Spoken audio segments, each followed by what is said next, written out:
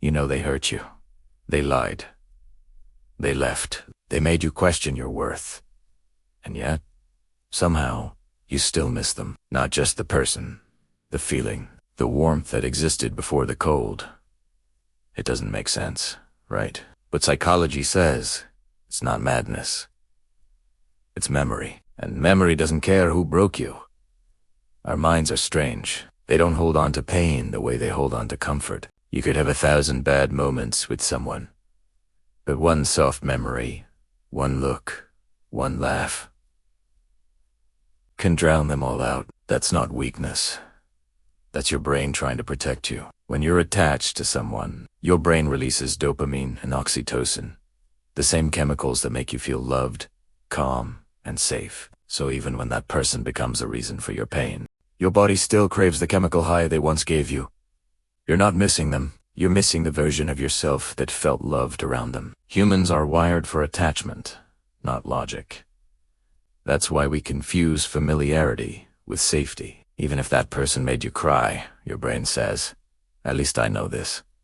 It prefers old pain over new uncertainty, because new peace feels empty at first. That's why silence after a breakup feels unbearable. It's not the person you can't stand losing. It's the routine, the messages, the voice, the rhythm. You built your days around them. And now your brain keeps asking, where did they go? Psychologists call it intermittent reinforcement. It's when love and pain get mixed together, a cycle of affection followed by hurt, then affection again. Your brain learns to chase that unpredictable reward, like a gambler pulling the lever, hoping this time will be different. That's why toxic love feels addictive. It's not constant.